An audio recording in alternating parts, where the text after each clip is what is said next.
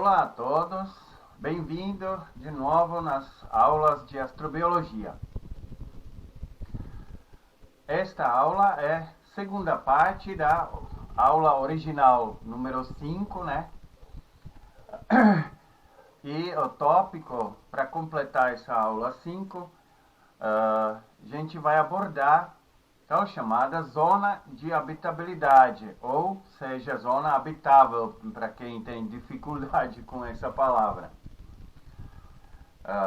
Deveria falar zonas de habitabilidade, né, porque a gente reconhece já pelo menos duas.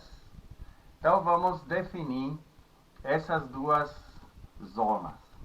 Então existe zona habitável planetária, né, que se encontra dentro de um sistema planetário, como sistema solar ou qualquer um outro.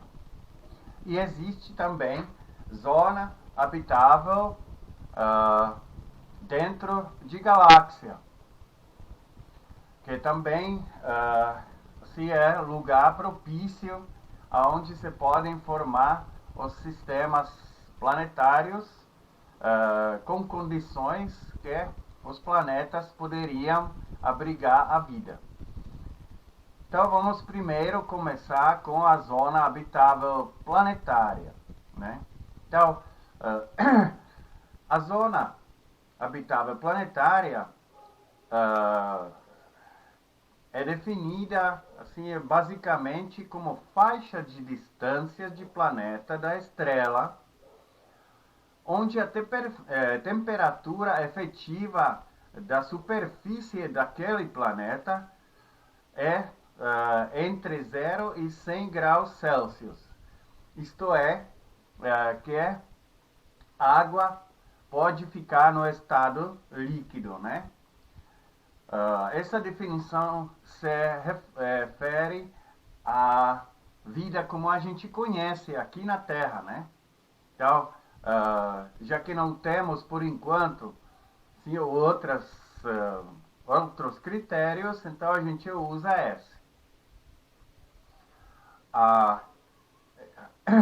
Essa distância é proporcional à raiz quadrada de iluminação que vem do Sol naquela distância do planeta, que a gente também vai se falar um pouco sobre isso nos próximos slides.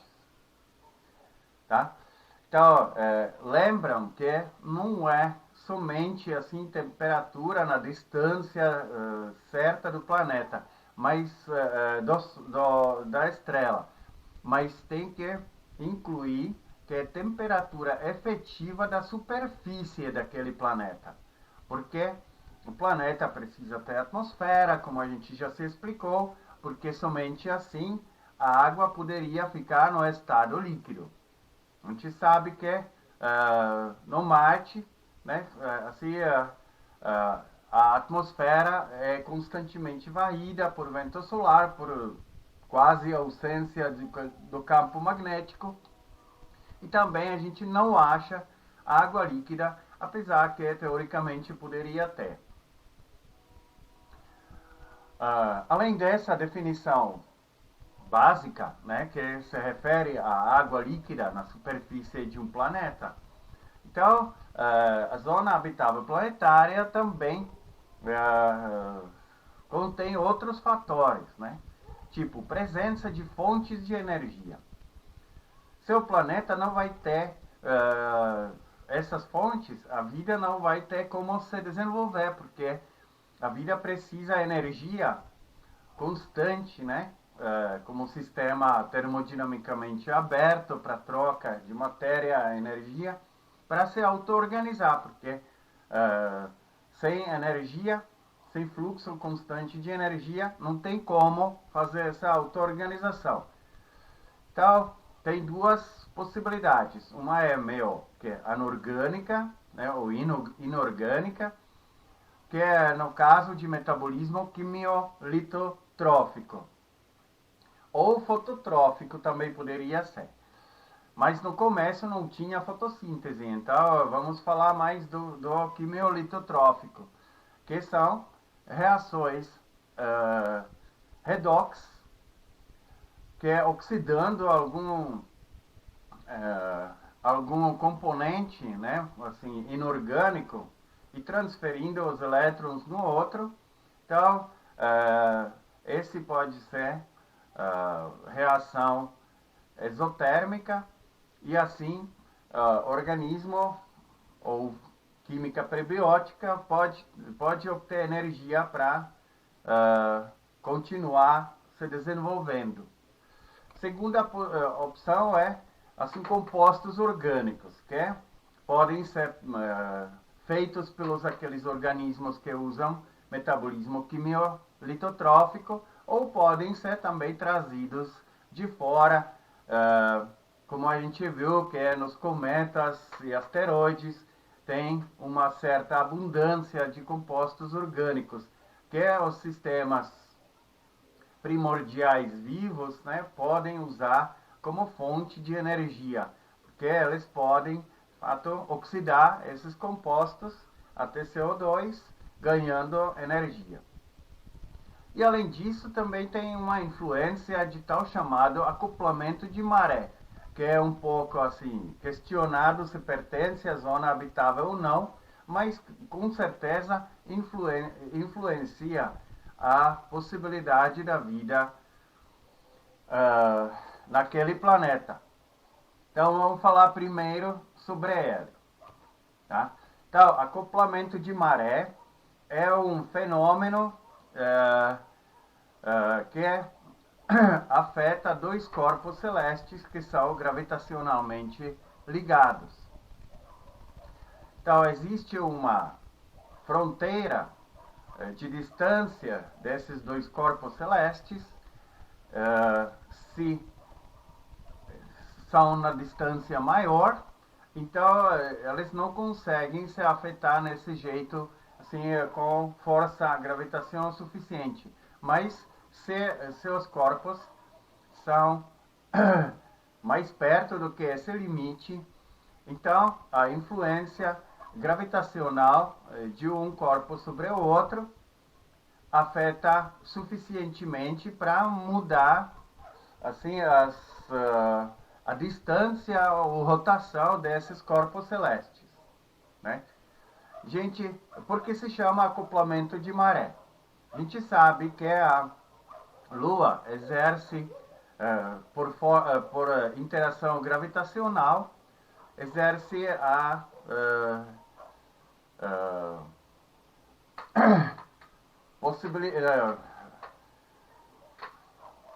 a força que eleva aos oceanos, né, que estão expostos assim, na distância menor assim, para a Lua, né, onde de fato enfrentam a Lua. Então, porque tem um gravitacional puxo, né, que eleva esse oceano naquele lugar onde a Terra e a Lua são assim, na linha que junta esses dois. Então, a gente pode ver na figura que o caso é daquele corpo celeste verde-azul, né? A gente pode ver que aquele corpo mostra sempre a mesma face para aquele corpo principal, né, que é em vermelho. Como que isso pode acontecer? A gente falou sobre esses ondas de maré, né, que contornam a Terra conforme a Lua orbita a Terra. Então, a onda assim, de maré contorna a Terra. Isso provoca um tipo de arraste, né? Então, tem uma força que freia essa onda de maré. Então, nisso se consome uma energia. Então, perda de energia desse sistema dos dois corpos se reflete que, de fato, desacelera a rotação dos dois corpos celestes, porque a Terra também influencia gravitacionalmente a Lua, né? Já que a órbita rotação e órbita está sendo desacelerada por causa de perda de energia do sistema. Então, força centrífuga, assim,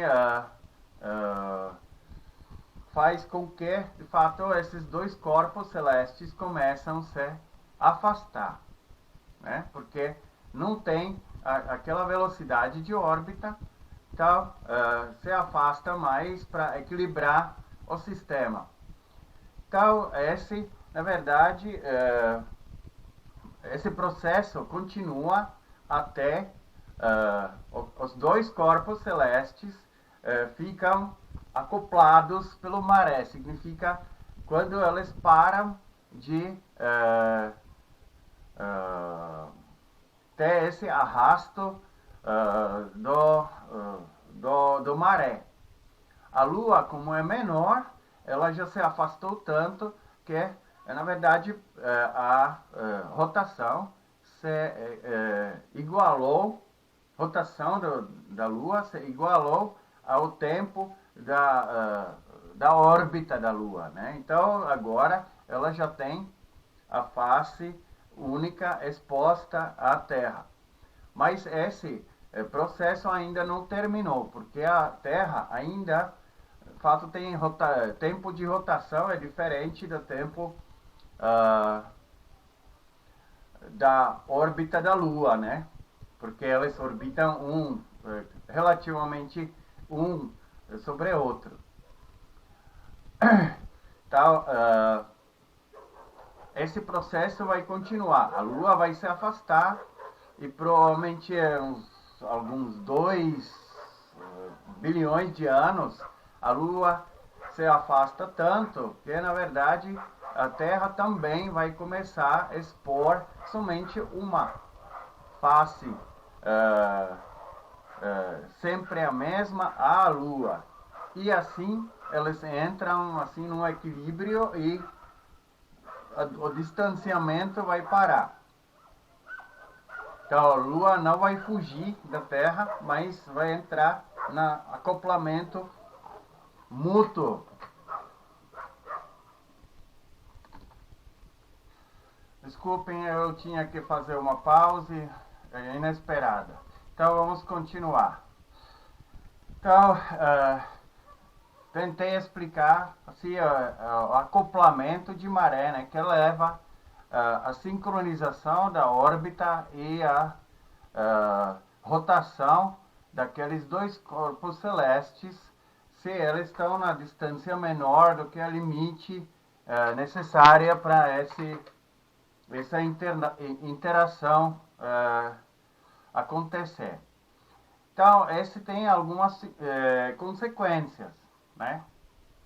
Então, fora de mostrar sempre a mesma face, então a gente não pode ver a outra, né?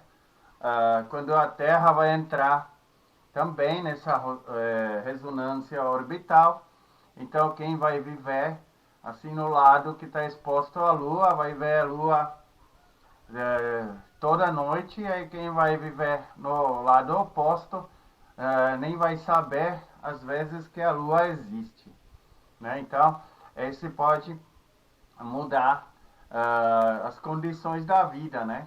Que uma parte será mais iluminada à noite do que a outra.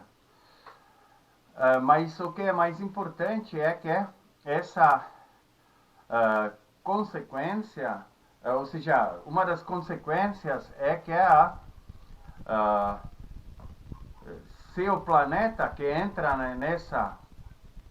nesse acoplamento de maré com uma estrela, né, então ela vai também mostrar somente uma face à estrela. Então aquela face será bem mais aquecida do que a face oposta.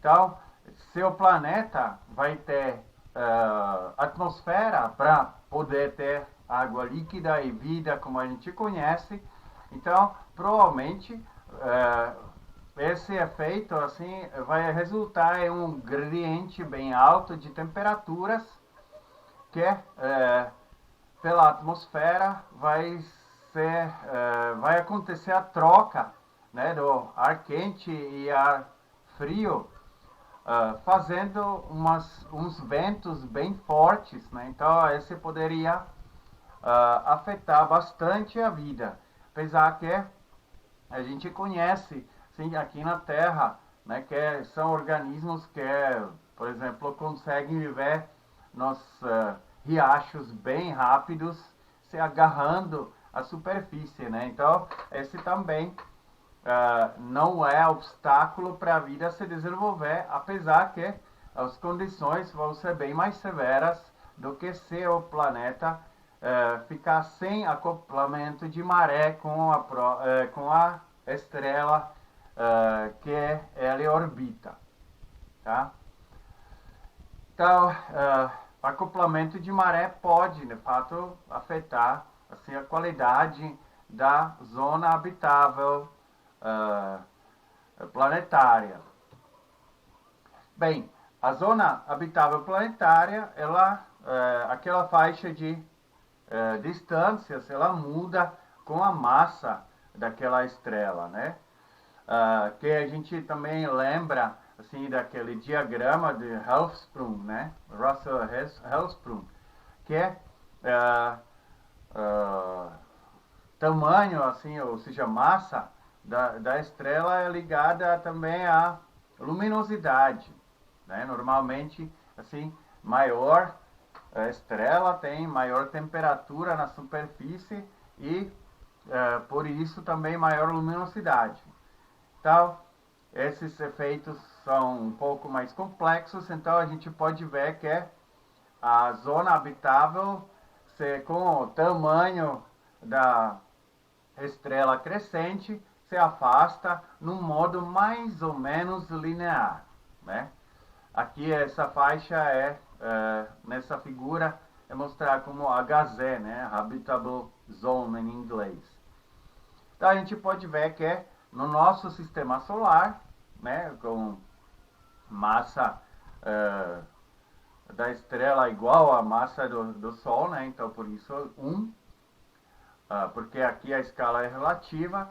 Então a gente pode ver que o Vênus, a Terra, né, e a Marte poderiam fazer parte, sim, dessa zona habitável, sendo que Vênus está numa extremidade e o Marte está na outra. Esse pode ser também, assim, a gente pode pensar como que seria nas luas geladas do sistema do Júpiter, né? Como se fosse ele o corpo central. Esse é mostrado assim a extrapolação, né, com aquelas linhas tracejadas. E tem uma linha diferente, né, que é com seta Tidal Lock Radius, significa aquela distância limite, que também depende da massa da estrela, que mostra que mais perto dessa linha, os planetas ou luas, caso do sistema jupiteriano, ficam ou entram assim na acoplamento de maré. Se for distância maior, então não entram, né? Porque a interação gravitacional não é suficiente para fazer isso. Então, no nosso sistema solar, parece que só Mercúrio, sim, tem alguma possibilidade. Ele é quase acoplado, ele ainda não está, porque ele está quase na beira. Então, esse processo vai demorar muito tempo. Vênus, Terra, Marte e os gigantes gasosos já estão assim na distância maior do que aquele limite, então eles nunca vão ser acoplados pelo maré, ainda bem, né? Porque assim a Terra não vai nunca enfrentar aqueles ventos fortes. Enquanto se a gente olha aquela extrapolação para o sistema jupiteriano aqui embaixo, né? Então a gente pode ver que primeiros quatro, ou seja, luas são acoplados pelo maré. Na verdade, entre eles são as três luas galileanas, né? Somente a Calisto fica fora, né? E a Io, Europa e Ganimedes, eles são acoplados pelo maré com Júpiter, né? Sempre mostrando a mesma face. Só a Calisto não, e os outros que são mais distantes. Bem, essa zona habitável, ela tem certa dinâmica, né? Ela depende, assim, da emissão, assim, da luz pela estrela, né? Que tem que ficar num certo equilíbrio com a absorção da energia que acontece naquele planeta, né? Então, a emissão, ela depende, de fato, da superfície daquele planeta e da temperatura dele. Na verdade, a emissão que acontece pelo planeta, né? Não pelo Sol. E a absorção depende da área circular, né? Do feixe de radiação do Sol que atinge a Terra, né? πr do planeta ao quadrado. E do fluxo próprio, assim, da energia solar na distância do planeta, né? Que aqui tem como Fp.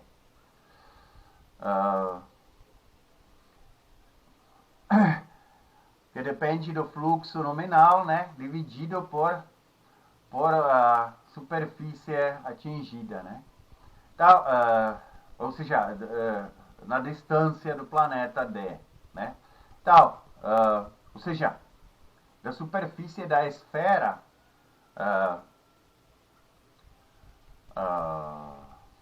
na distância do planeta da estrela.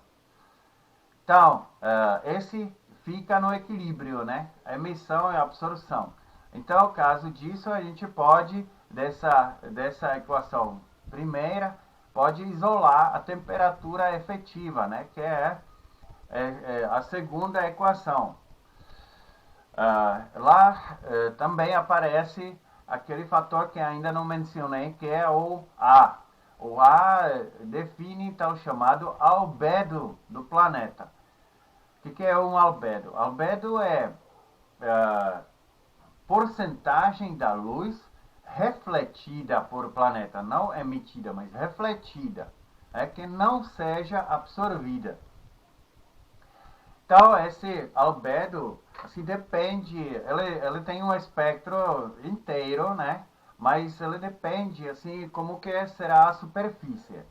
Por exemplo, na Terra tem partes que são cobertos por gelo, né? Ou outras partes cobertas pelas nuvens brancas de água, né? Então, elas refletem muito mais a luz do que as regiões que são, por exemplo, cobertas por oceanos. Oceanos absorvem a luz solar bastante bem, né? Até melhor do que a superfície seca.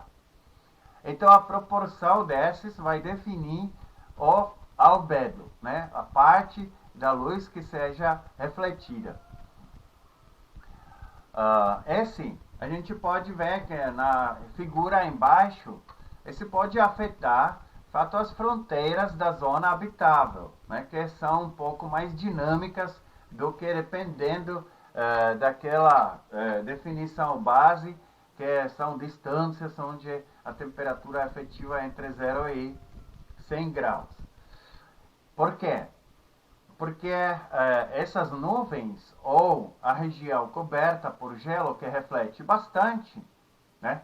Então, eles podem diminuir o fluxo que é absorvido, assim, fluxo de energia do Sol que é absorvido por planeta, tanto que a fronteira assim, interna da zona habitável pode ser deslocada mais perto do Sol, já que uma boa parte está refletida, né? Então, por exemplo, se metade do planeta será coberto com alguma coisa branca, tipo gelo ou nuvens, então a água pode ficar sem evaporar até mais perto do que é esperado. Do contrário, também a fronteira exterior da zona habitável pode ser estendida caso que a atmosfera daquele planeta tenha algum tipo de efeito gás estufa. Então, quanto, por exemplo, mais CO2, um metano ou algum outro composto que faz efeito estufa está presente na atmosfera, então maior parte da energia assim que seria emitida de volta fica assim não emitida, fica retida naquele planeta. Então assim a fronteira externa pode ser deslocada para mais longe do que seria o esperado, né? Porque o efeito estufa vai funcionar como um tipo de cobertor. Aí isso é importante entender, porque como a gente pode ver na figura à direita, essa maior das todas, né? Então, a zona habitável evolui com o tempo. Essa figura é tirada daquele livro que está lá no repositório, que é From Astrochemistry to Astrobiology, né? Então,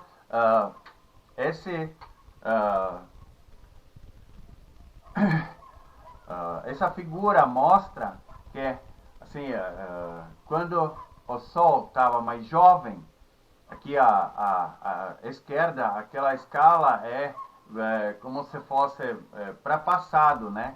Então, mais um é 1 bilhão de anos atrás e menos um é para futuro.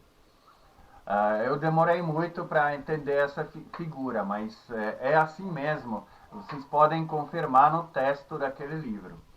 Então, o Sol, no começo, tinha luminosidade um pouco menor. Esse também se refletiu o fato que a zona habitável foi bem mais estreita, né? Com o tempo, o Sol está com luminosidade aumentando, né? Porque ele está consumindo seu hidrogênio e, sei lá, alguma parte já está começando a queimar um pouquinho de hélio, que precisa temperatura maior, né? Então, esse se reflete que o Sol está, de fato, encolhendo aos pouquinhos, aumentando a luminosidade, porque aumenta também a temperatura necessária para manter equilíbrio entre força gravitacional e pressão dentro do Sol. Então, com o tempo, a zona habitável muda, né? A gente pode ver que a previsão é que vai se alargar, que é uma boa informação para aqueles que querem participar na terraformação do Marte, né? Como a gente pode ver que daqui a 1 bilhão de anos Marte será bem dentro assim da zona habitável, apesar que 1 bilhão de anos é muito tempo.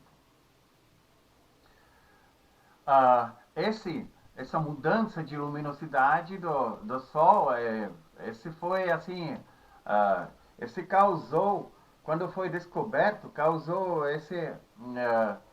essa pergunta que levou a um tipo de paradoxo de jovem sou fraco, né?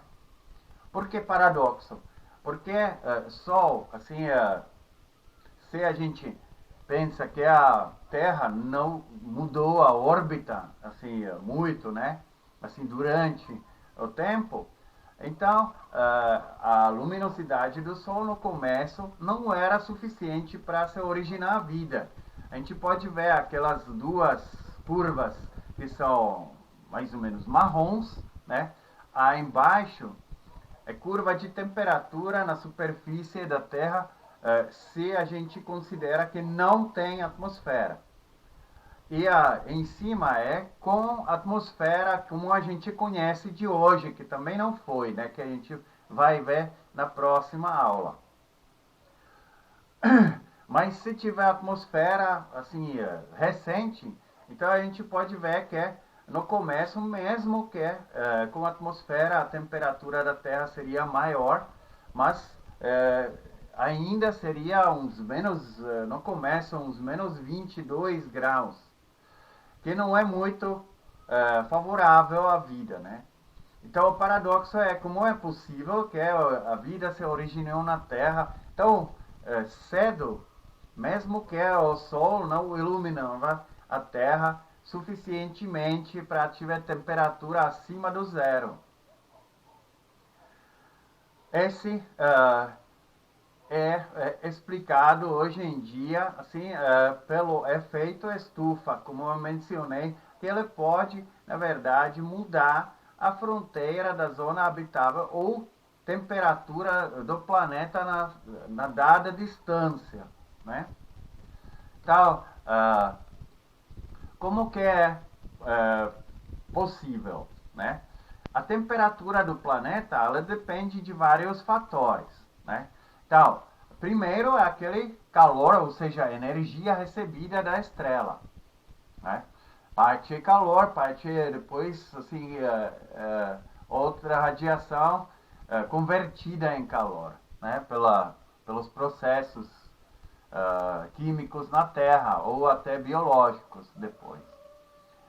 Segundo é também que a Terra tem núcleo quente, né, que é mantido quente ainda por causa do decaimento radioativo dos radionuclídeos no núcleo, né, que tem vários, tem urânio, tem potássio, tem alumínio, aí tem vários tipos de radionuclídeos que também, de fato, aquecem, porque a Terra tem uma certa dinâmica, né?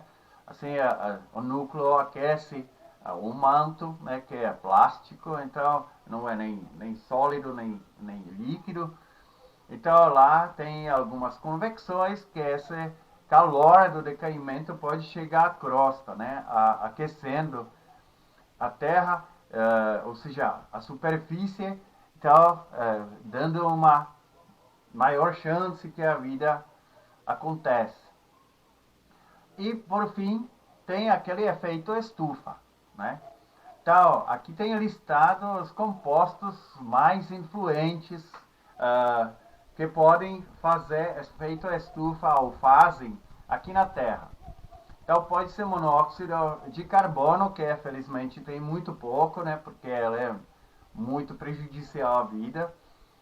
Tem o dióxido de carbono, que vem de vários processos, tanto biológicos como vulcânicos, por exemplo, né, no começo quando não tinha vida. Tem metano, que tem poder, efeito estufa 23 vezes maior do que CO2, né? Tem óxido de nitroso, que também tem praticamente 50 vezes maior poder efeito estufa do que o CO2, só que tem pouco dele, né? Infelizmente tem também aqueles hidrocarbonetos ou como se chama?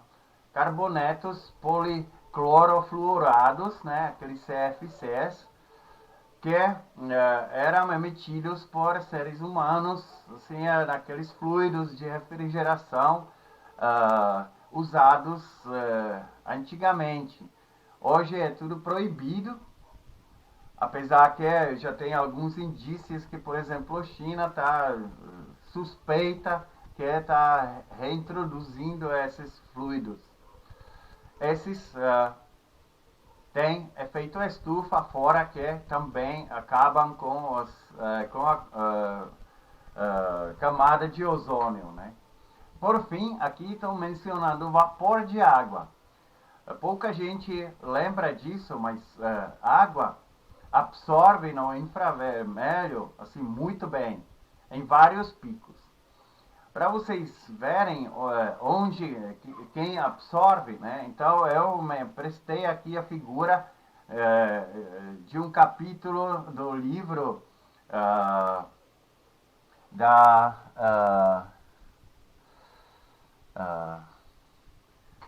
que se chama Carbono no Geobiosfera, e o capítulo se chama Balanço de Atmosfera e Dióxido de Carbono, né? Então, aqui a gente pode ver assim, o efeito de absorção feito por vários compostos. Então, tem que mostrar assim que a direita, né, a extrema direita, o espectro rotacional de água permite que o vapor de água absorve em uma faixa gigante, assim, a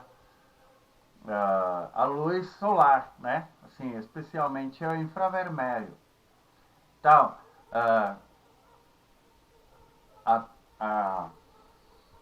do contrário, ultravioleta a gente pode ver que está absorvida por oxigênio e ozônio, né? Então, e temos uma faixa assim no micro-ondas, né, que é antes da última subida, que a gente usa sim para nossos telefones celulares, né, que é um gap, onde a atmosfera é transparente para os micro-ondas e dá para usar. Tá? Então, mas a gente pode ver que várias vezes nesse gráfico é mencionado assim, H2O como vapor, né? Então ela tem, a água tem vários picos que de absorção da energia solar. Então eu tenho que contar com vapor de água como um gás estufa. Tá? Então esse efeito estufa, ele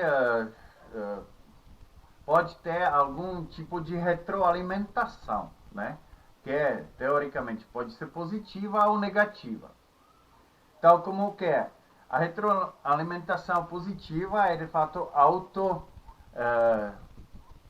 aumento assim, ou diminuição desse efeito estufa, né? Então, por exemplo, pode ser um tipo de esfriamento. Por algum motivo,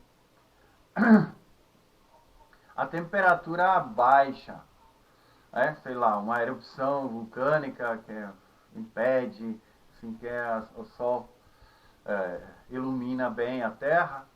Então, esse pode levar a que a temperatura baixa. Esse leva a congelamento de maior área, ou seja, maior área vai ser coberta por gelo. Gelo tem albedo alto, então esse em total vai aumentar o albedo da Terra, que leva a maior parte da luz seja refletida, que leva a próximo esfriamento, que leva a próximo aumento de área congelada, que leva a menor absorção da luz e assim por diante, desenfreado até Terra congela na superfície por completo, né? Então, esse é efeito de retroalimentação positiva no caso de resfriamento. Também pode ser do outro lado, né? Aumento, aquecimento, que é, por exemplo, aconteceu provavelmente no Vênus, né? Então, por algum motivo, por exemplo, vulcânico, assim, a temperatura da superfície aumenta, mas no Vênus é diferente, então pode ser que tem menos poeira e mais lava. Então, esse leva a um aquecimento do planeta. Então, esse pode levar a que tem menos áreas refletivas que no começo se supôs que o Vênus tinha condições praticamente iguais à Terra, né? Mas diminuição da área refletiva vai diminuir o albedo, que leva, consequentemente, a maior absorção e maior temperatura. E, de novo, desenfreadamente, até ficar como que é hoje. Então, esses seriam os efeitos de retroalimentação positiva. Tá, mais uma vez tinha uma interrupção inesperada, então vamos continuar. Então, expliquei o efeito estufa, ou seja,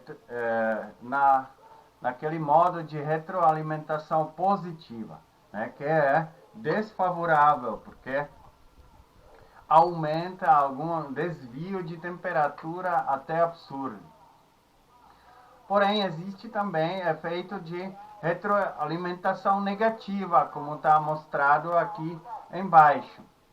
Então, esse é um sistema que, na verdade, é usado aqui na atmosfera da Terra para tamponar a temperatura. É do contrário, para regular a temperatura da Terra. Como que em que se baseia? Parcialmente baseado no efeito estufa, mas não é causado somente por efeito estufa. Se for por efeito estufa puro, aí seria aquela retroalimentação positiva, tá? Então, como que é feito? É feito por tal chamado ciclo carbonato-silicato, né? Então, a gente pode imaginar, existe uma saída de dióxido de carbono por atividade vulcânica. Essa atividade está ao longo do tempo na Terra mais ou menos constante, tá? Ou simplesmente não muda muito. Então, assim a Terra, de fato, fornece o dióxido de carbono para a atmosfera, num modo constante. Tá? O CO2, assim, fica na atmosfera, onde tem também vapor de água. Né? Água com CO2 interage, fazendo aquele ácido carbônico que é bastante fraco, mas é um composto. Pelas chuvas, esse ácido carbônico pode ser retirado da atmosfera, simplesmente cai como uma chuva ácida, né? E na superfície pode interagir com os silicatos que vêm das rochas. Então, pela essa interação, sim, os cátions dos silicatos se ligam assim, neutralizam aquele ácido carbônico e se formam bicarbonatos, né? Esses bicarbonatos no oceano depois se tornam, assim, na interação com o cálcio, se tornam insolúveis, né? Na forma de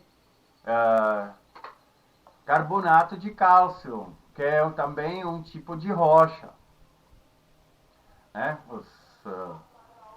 As calcitas e assim. Só que ele não é tão insolúvel, né? Então a água que vem assim pelos rios até os oceanos, aí leva de fato esses compostos junto. Felizmente nossa Terra tem tectônica de placas, né? Então os depósitos de carbonato de cálcio, eles podem entrar pela subducção de uma placa debaixo da outra, né? Para dentro, sim, da crosta e, consequentemente, até para o manto. Então, assim, o CO2 está sendo retirado, sim, da atmosfera.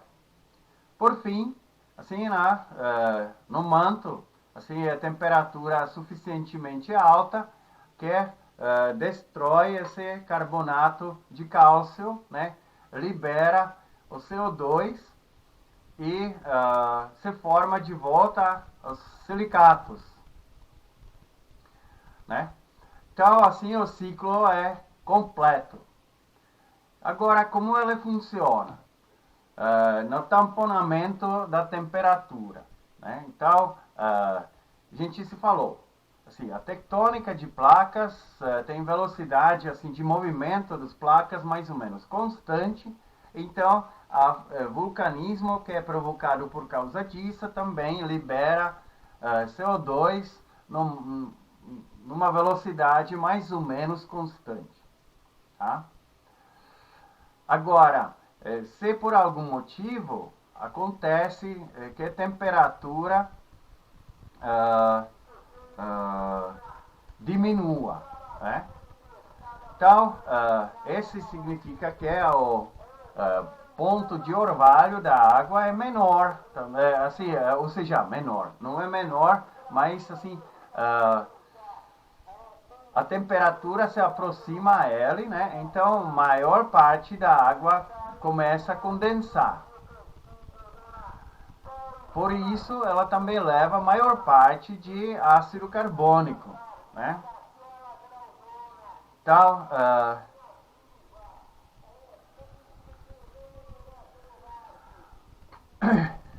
se CS acontece, né? Essa é a segunda aqui a opção segunda, ou seja, nessa lista última.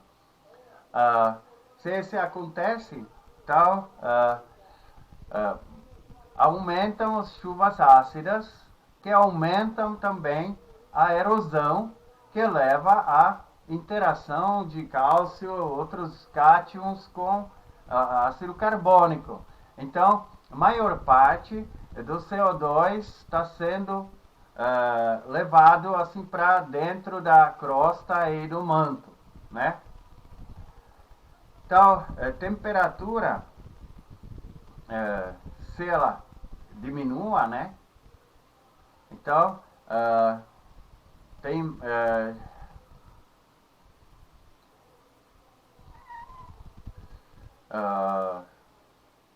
ixi, Maria. Eu acho que agora errei um pouco, né? Então, para não precisar de novo, de fato, gravar essa aula, eu vou corrigir esse erro. Quando a temperatura fica menor, então tem menos vapor que pode levar o CO2 assim na forma de ácido carbônico, né? Então tem menor erosão e menos CO2 está sendo eliminado da atmosfera. Já que o fornecimento do CO2 pelos vulcões é mais ou menos constante, então menor retirada e constante aumento, né, leva em aumento relativo de CO2 na atmosfera e a Terra se aquece, né?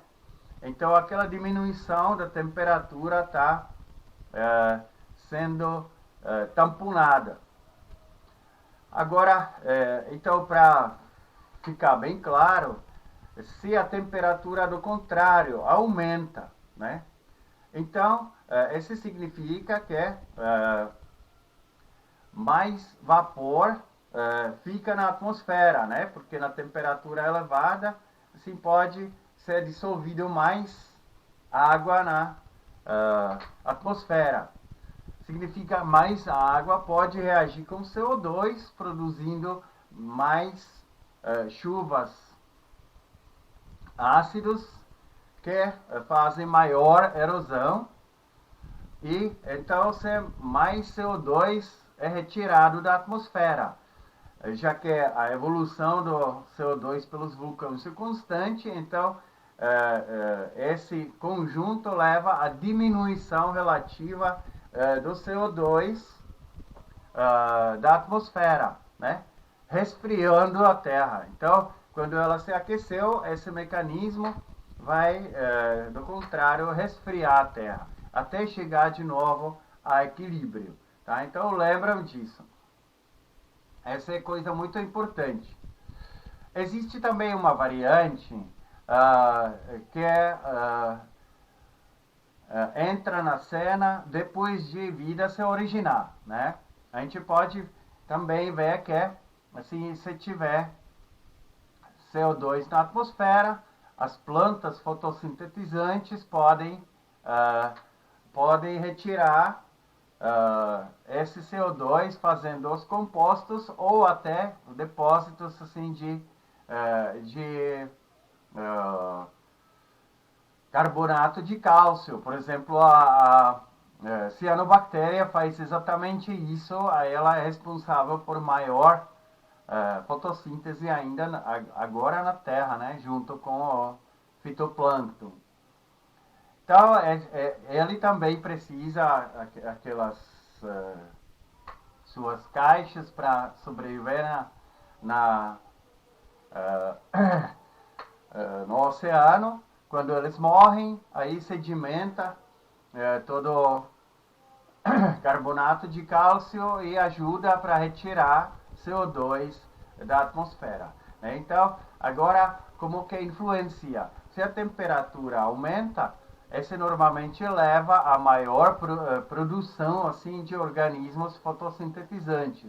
Então, eles retiram mais CO2 da atmosfera, que leva a relativa diminuição dele na atmosfera e assim a temperatura abaixa, né? Ou vice-versa. Se por algum motivo a Terra resfria, então tem menos condições para fotossíntese acontecer, né? Ou acontece com menor velocidade, então relativamente aumenta CO2 na atmosfera, reaquecendo a Terra. Né? Então, existem, na verdade, duas formas desse ciclo. Uma forma inorgânica, que eu expliquei como primeira, e segunda é via plantas. Mas a gente sabe que esse entrou na cena somente nos últimos 2,5 bilhões de anos atrás, né? Quando as cianobactérias, pela primeira vez, conseguiram usar a fotossíntese assim, num modo bastante eficaz e retirar CO2 e, do contrário, produzir o oxigênio, né?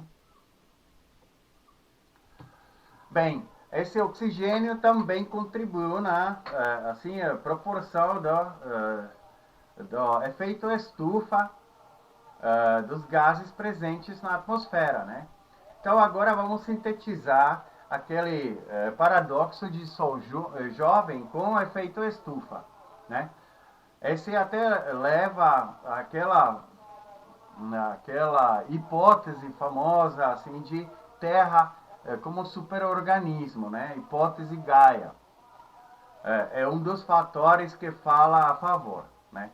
Então, por quê?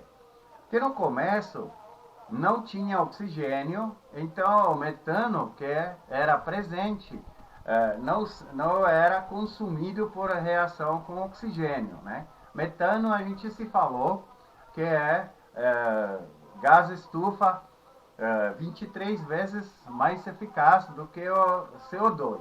E no começo, como a gente vai ver assim na aula de Terra Primitiva, então o CO2 estava predominando na atmosfera.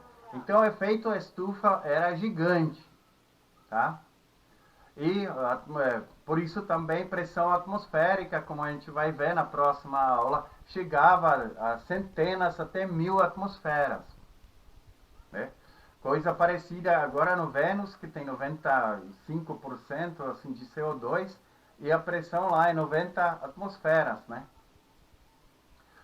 Então,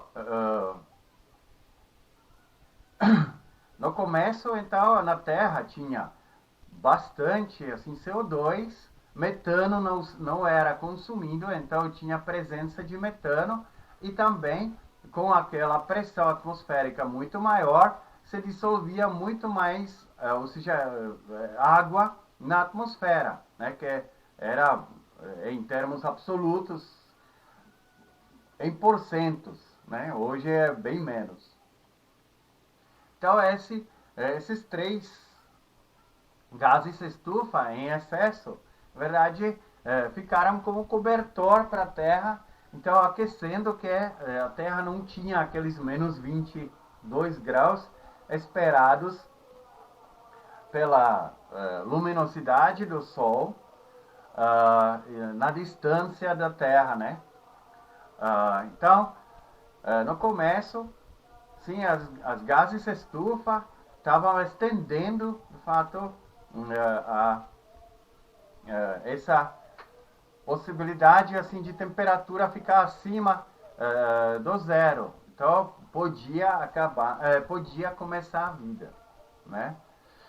Consequentemente, o Sol assim aumenta a luminosidade, né? Como a gente já se explicou, mas chegou assim as cianobactérias chegaram e começaram a produzir oxigênio que com o tempo de fato acabou com o metano, né? Então parte do cobertor foi retirada e ao mesmo tempo entraram de fato naquele ciclo de carbonato silicato, retirando adicionalmente o CO2 assim pela fotossíntese.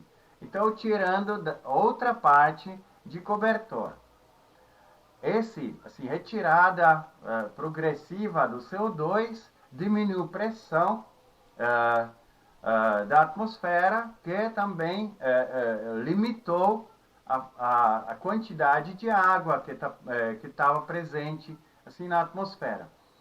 Então, os cianobactérias, né, oxigenaram ou começaram a oxigenar a atmosfera aqueles 2 a 3 bilhões de anos atrás, mas assim, no modo significativo, né, que o oxigênio começou a aparecer na atmosfera, sobrando, né? Então, eles começaram antes, né? Só que todo o oxigênio foi consequentemente assim usado para oxidar assim, o metano e assim por diante. Então, temos aqui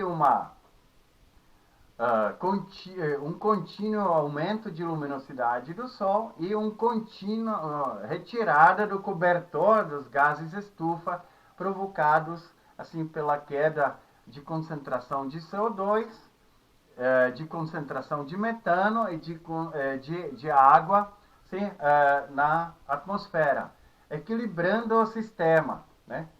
Esse é também, como eu já falei, um fato que favorece aquela hipótese Terra Gaia, como se fosse a própria Terra regulando sua temperatura. Bem, então, porém, eu queria aqui mostrar como que seria num outro planeta do que a Terra, né? É algum ano que eu tropecei pelo esse artigo que ficou muito interessante, aí que poderia mudar a nossa visão como que é, na verdade, zona habitável, né? Por quê? Porque parece que o que foi até hoje descoberto de exoplanetas, então, maior parte dos planetas terrestres são superterras, né? Com tamanho maior do que a Terra. Sei lá, várias vezes mais superterras do que os planetas do tamanho terrestre.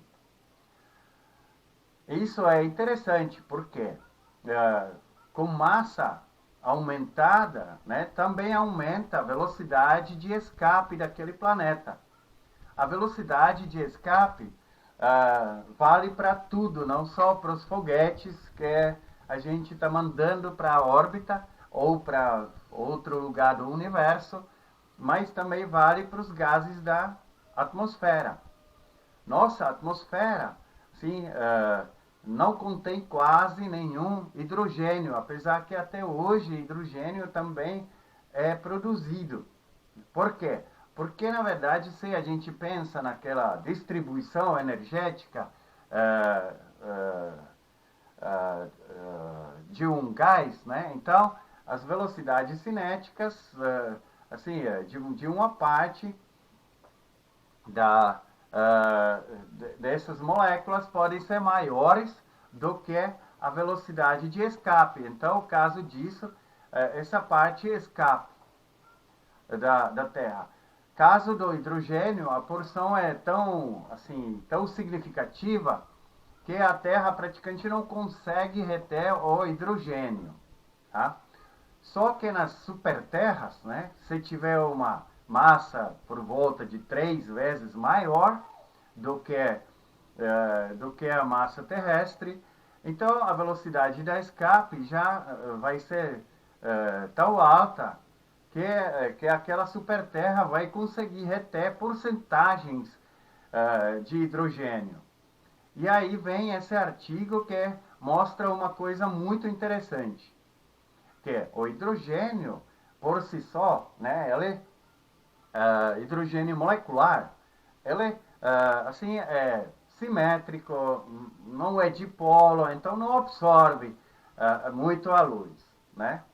Só que se tiver uma concentração, por exemplo, 10, 20%, que aquelas superterras poderiam ter, então a concentração já é suficiente para as moléculas de hidrogênio colidirem uma com outra, né? A probabilidade já é alta o suficiente para elas colidirem e na colisão das duas moléculas de hidrogênio, aí temporariamente eles viram assim um dipolo, né? Pelo impacto.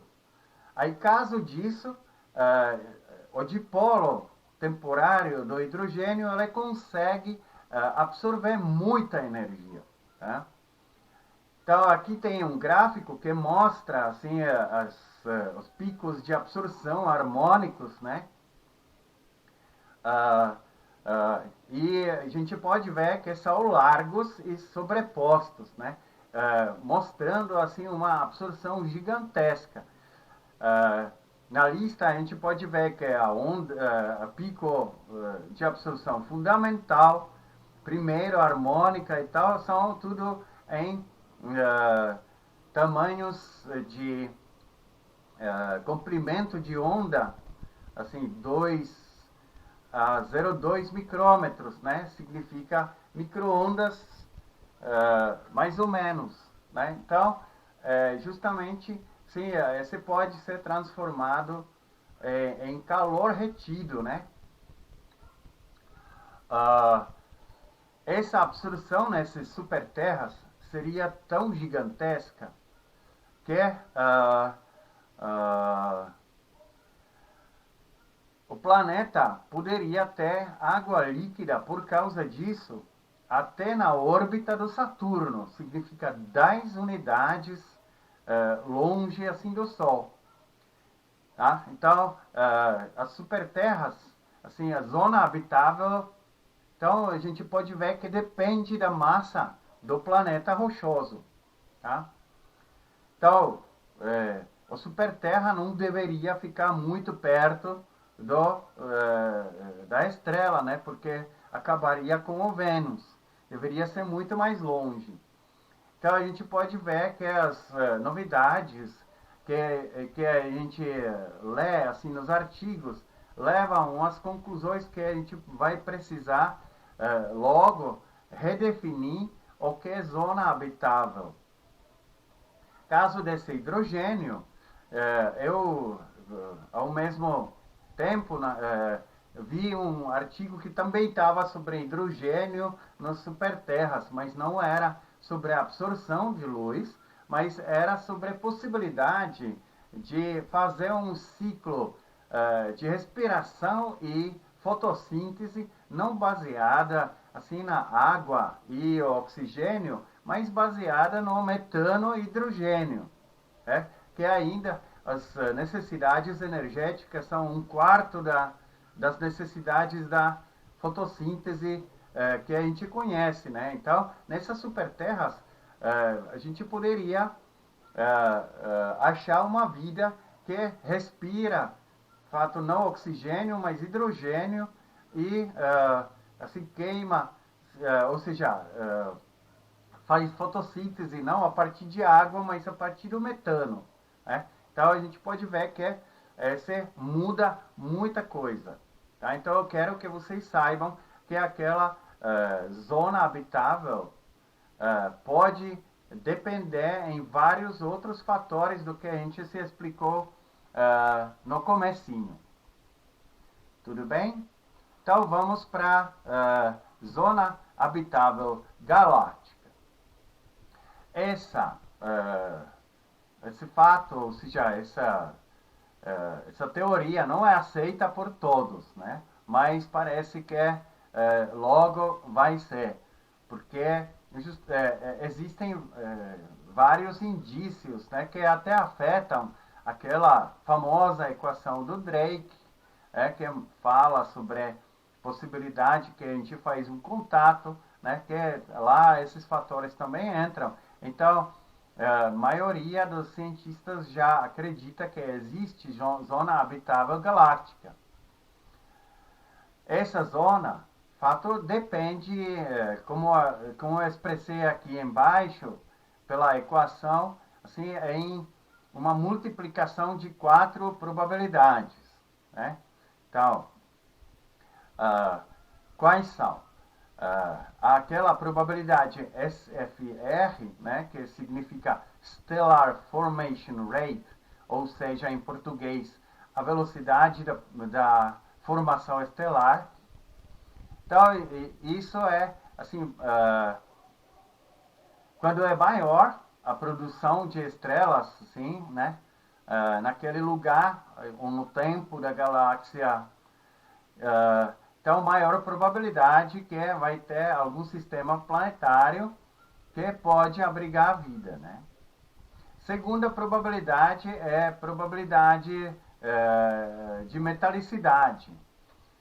A gente se falou que assim, quando você forma um sistema planetário, então se a metalicidade é alta, então essa é desfavorável. Se for super alta, né, acima daqueles 2%.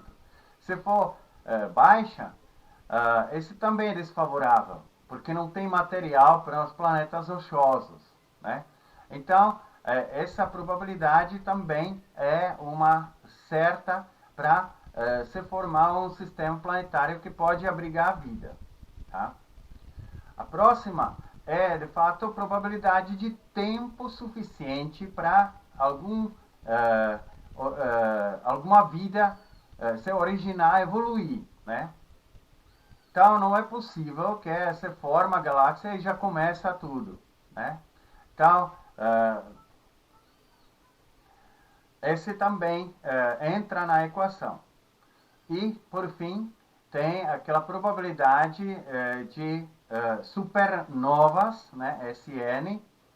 Então, probabilidade de explosão de uma supernova. Ali tem também uma faixa, né?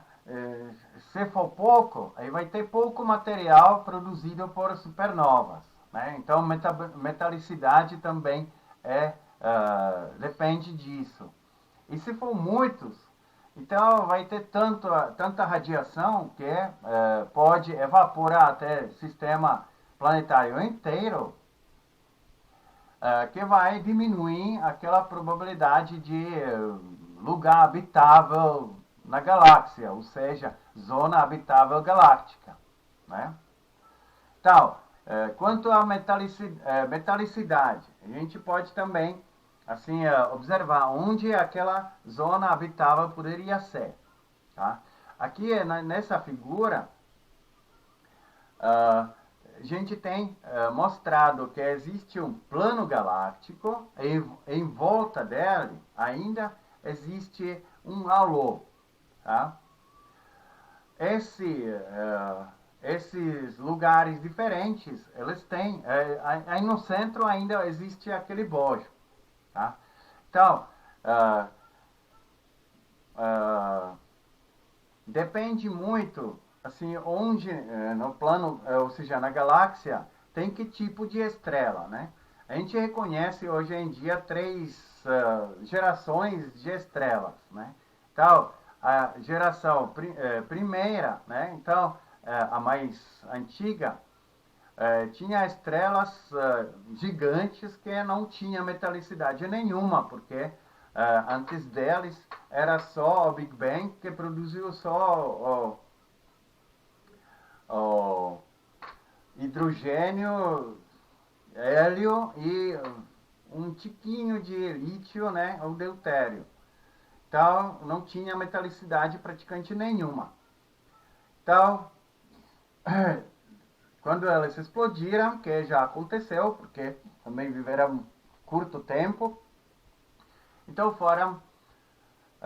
apareceram, de fato, as estrelas da segunda geração, que tem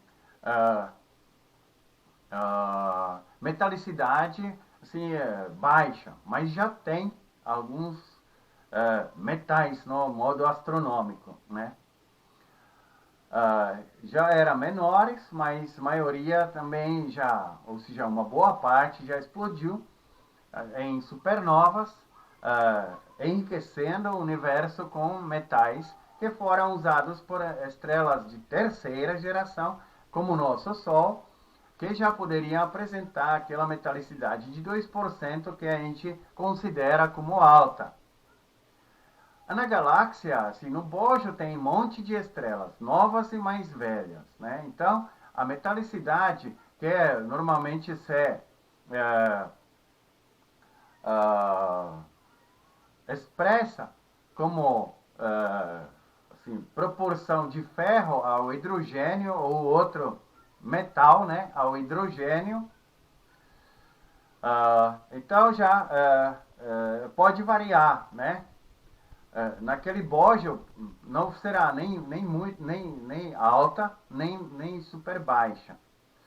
No disco fino, onde a maioria das estrelas assim, de terceira geração, então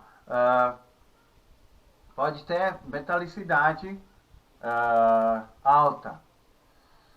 No disco grosso, né, assim, já tem estrelas assim, mais daquela segunda geração, então a metalicidade vai cair. E no halo tem praticamente só as estrelas da geração 2, a população 2, né? Então, que tem metalicidade baixa.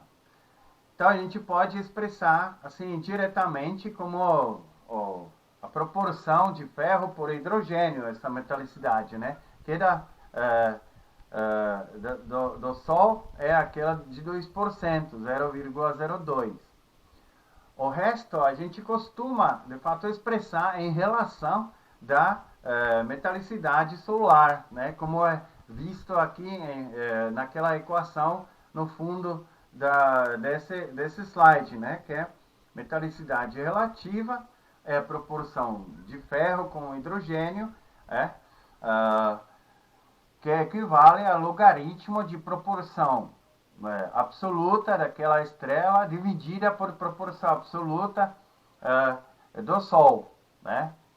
Então, nessa metalicidade relativa, a gente pode ver que no bojo central a metalicidade até parece negativa por causa do logaritmo, né? Que de fato é menor do que do Sol, né?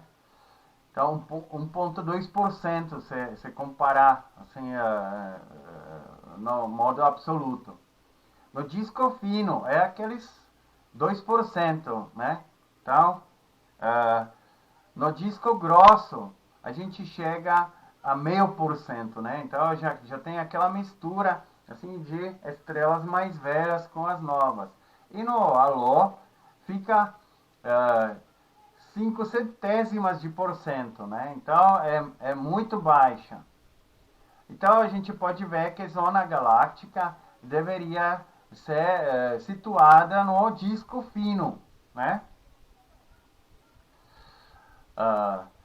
Aquela proporção de ferro com hidrogênio não é exatamente a certa, deveria se considerar vários outros.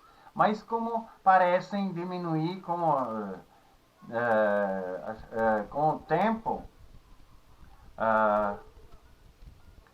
então parece que assim, a proporção de ferro com hidrogênio é melhor do que juntar os outros que são também mais difíceis de obter os dados assim, pela espectroscopia.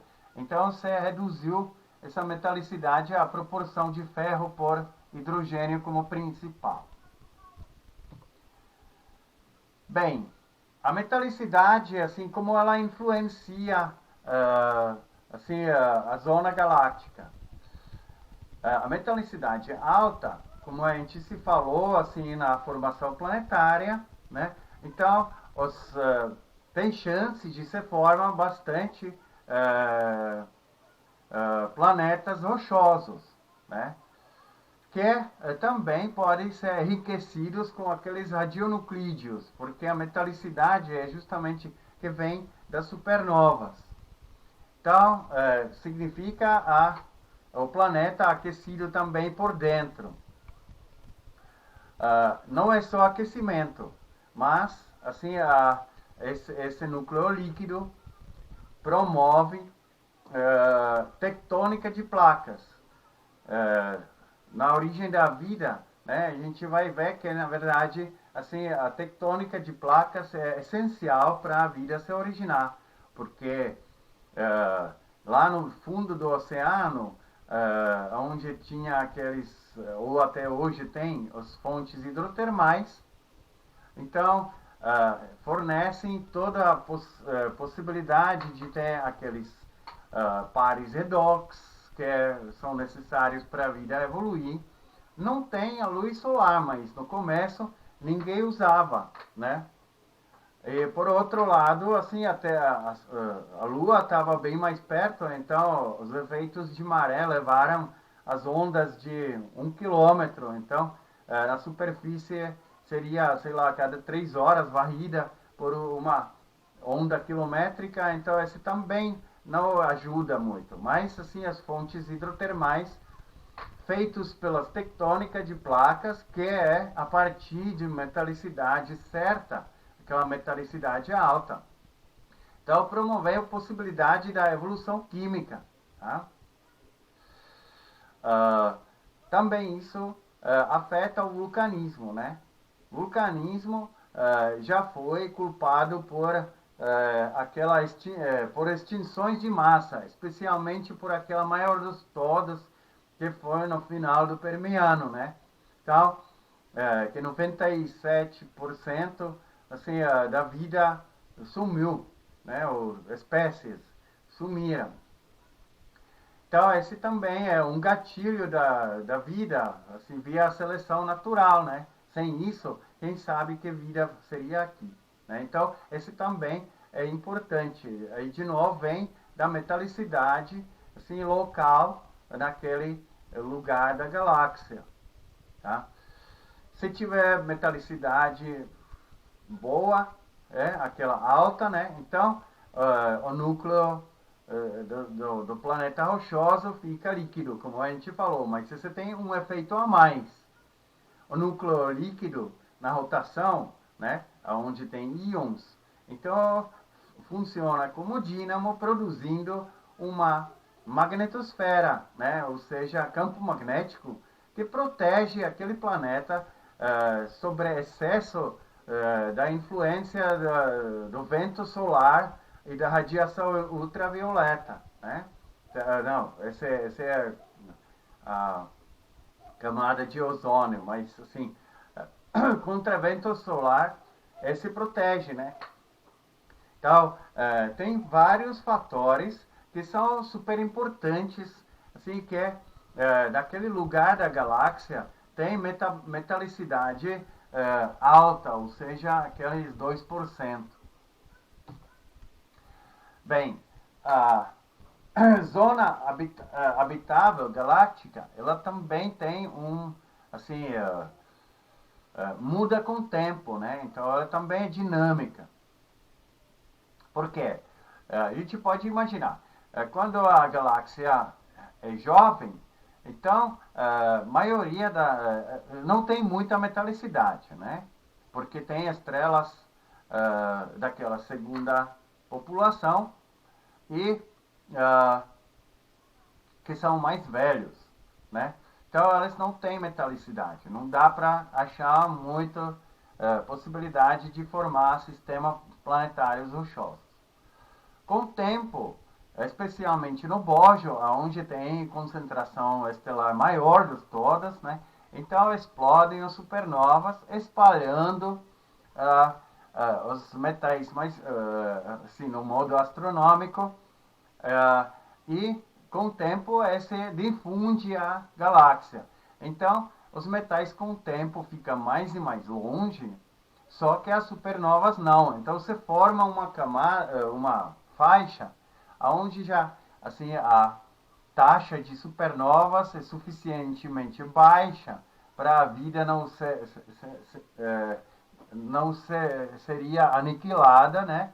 Mas a metalicidade já é suficiente para se formar os planetas que poderiam abrigar a vida. Né? Com o tempo, esse tende a aumentar, né? A região com metalicidade certa, né, ou alta, ela se expande, né? Então, se expande também a zona habitável galáctica. Por fim, eu queria nessa aula mostrar que tem também algumas novidades, né? Que é a zona galáctica não necessariamente é um anel. Tá? Achei um artigo, como vocês podem ver aqui a citação embaixo, que na verdade ele não trata essa zona habitável como o primeiro assunto, né? Ele fala sobre assim a maravilha da constante cosmológica, né? Que de fato reflete a expansão do universo, que está assim no valor super certo. Por quê? Porque assim a constante cosmológica é suficientemente alta para minimizar a exposição de planetas às rajadas daqueles raios gama das supernovas, né? Então, eles falam que, de fato, a expansão, ou seja, a energia escura, está suficientemente, tem efeito suficientemente grande para as supernovas não afetarem tanto assim os planetas, né? E por outro lado, falam que também assim essa constante cosmológica não é tão baixa para ainda se poder formar bastante estrelas que conseguem fazer fusão de hidrogênio, né? Então, está no valor tão certo que tem ainda suficiente produção de estrelas com fusão, mas não é alta demais para assim as supernovas atingirem com assim probabilidade alta demais assim os planetas que se formaram naquelas estrelas menores, né? Porém, nesse artigo também, de fato, eles falam que assim, a zona habitável, ela deveria ser, de fato, dividida em uns tipos de arcos, porque, assim, nos braços, a produção estelar é grande, enquanto entre os braços já não é tão alta, né? Esse é ligado a também possibilidade que alguma estrela pode passar perto de um sistema planetário formado, né? Então, nos braços, esse perigo é maior e entre os braços é menor. Então, por isso, assim, a zona habitável foi dividida, essa figura é tirada daquele artigo, que a gente deveria considerar que é um anel, mas não completo, que se considera mais, assim, as regiões entre os braços, tá? Que são mais habitáveis do que dentro dos braços. Tá? Então, esse foi sobre as zonas habitáveis, né? Estou relembrando que existe tanto zona habitável galáctica como a planetária, tá? Então, não esquecem, assim, se a gente conseguir a prova, então, não esquecem que existem as duas, né? Então, na prova, vocês têm que prestar atenção do que eu estou perguntando. Então, desejo para vocês que fiquem longe do coronavírus, né? Aí que a gente se em breve vê na próxima aula. Tchau!